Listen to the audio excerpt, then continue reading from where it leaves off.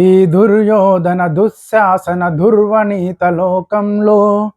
ఇది ఎందుకు పాట గుర్తుకొచ్చింది ఇప్పుడు అనుకుంటున్నారా? ఇది ఎప్పటికీ నిత్య నూతనంగా ఇంకా మన సమాజం పైన చెంపపెట్టులాగా ఇంకా వినిపిస్తూనే ఉంది. ఎందుకంటే మన పక్క జిల్లా అయిన పక్క జిల్లా ఆంధ్రప్రదేశ్లోని అన్నమయ్య జిల్లాలోని కేతేపల్లిలోని మదనపల్లిలోని ఒక 30 years వెధవ కులవర్ధన్ అనేటోడు రెండో తరగతి చదువుతున్న అమ్మాయి పైన 7 సంవత్సరాల అమ్మాయి పైన దారుణంగా అత్యాచారం చేసి బతుకుండగానే డ్రమ్ములు వేసి చంపేయడం జరిగింది, సజీవంగా చంపేయడం జరిగింది.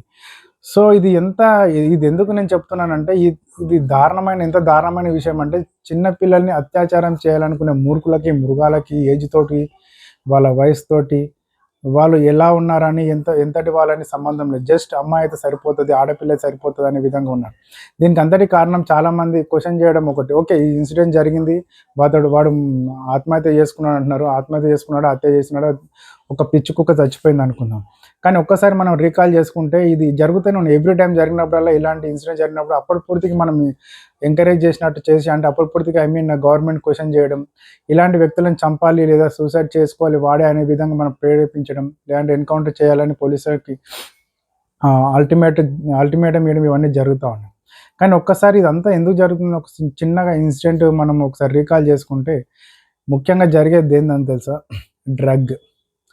ఎక్కడైతే మనిషి డ్రగ్కు బానిస అవుతున్నాడో వాడు పక్కకున్న వాళ్ళని ఎలాంటి వ్యక్తి అని, తను ఏం చేస్తున్నాడని సోయిలో లేకుండా ఇలాంటి అత్యాచారాలు, మర్డర్లు జరగడం జరుగుతుంది. సో నేను ఏమంటున్నానంటే, మీ దగ్గర చుట్టుపక్కల ఉన్న పరిసర ప్రాంతాల్లో ఉన్న వ్యక్తులను తీక్షణంగా గమనించండి. ఎవడైనా ఇలాంటి అడిక్ట్ వాళ్ళు ఉంటే మాత్రం జాగ్రత్త పడండి, పోలీసులకు ఇన్ఫామ్ చేయండి. ఎందుకంటే ఇలాంటి వ్యక్తులు మనలోనే తిరుగుతూ సమాజంలో చీడపురుగులా ఉన్న మన చుట్టుపక్కల ఉన్న చిన్న పిల్లల్ని, మన ఇంట్లో ఉన్న పిల్లల్ని ఎప్పుడు బలి చేస్తారో మనకి తెలియదు. సో ఇలాంటి అనుమానాస్పదంగా ఎవరైనా ఉంటే మీ దగ్గరలో ఉన్న పోలీస్ స్టేషన్కి ఇన్ఫామ్ చేయండి. ఇంకొక ఇన్సిడెంట్ జరగకుండా కాపాడిన వాళ్ళం అవుతాం. ఇంకొకటి ఏంటంటే, ఇలాంటి వీడియో నేను చేయడానికి కారణం ఏంటి? మీలో ఎంతమందికి ఇన్సిడెంట్ జరిగిందని తెలుసు? మ్యాక్సిమం చాలా తక్కువ మందికి తెలుసు. ఎందుకంటే మనం ఎప్పుడు రీల్స్లో బిజీ ఉంటాం కాబట్టి. సో ఇలాంటి ఇన్ఫర్మేషన్ నా నుంచి మీకు డైలీ ఒకటి వస్తూ ఉంటుంది. సో నచ్చిన వాళ్ళు లైక్ చేయండి, షేర్ చేయండి, సబ్స్క్రైబ్ చేసుకోండి. జై హింద్, జై భారత్.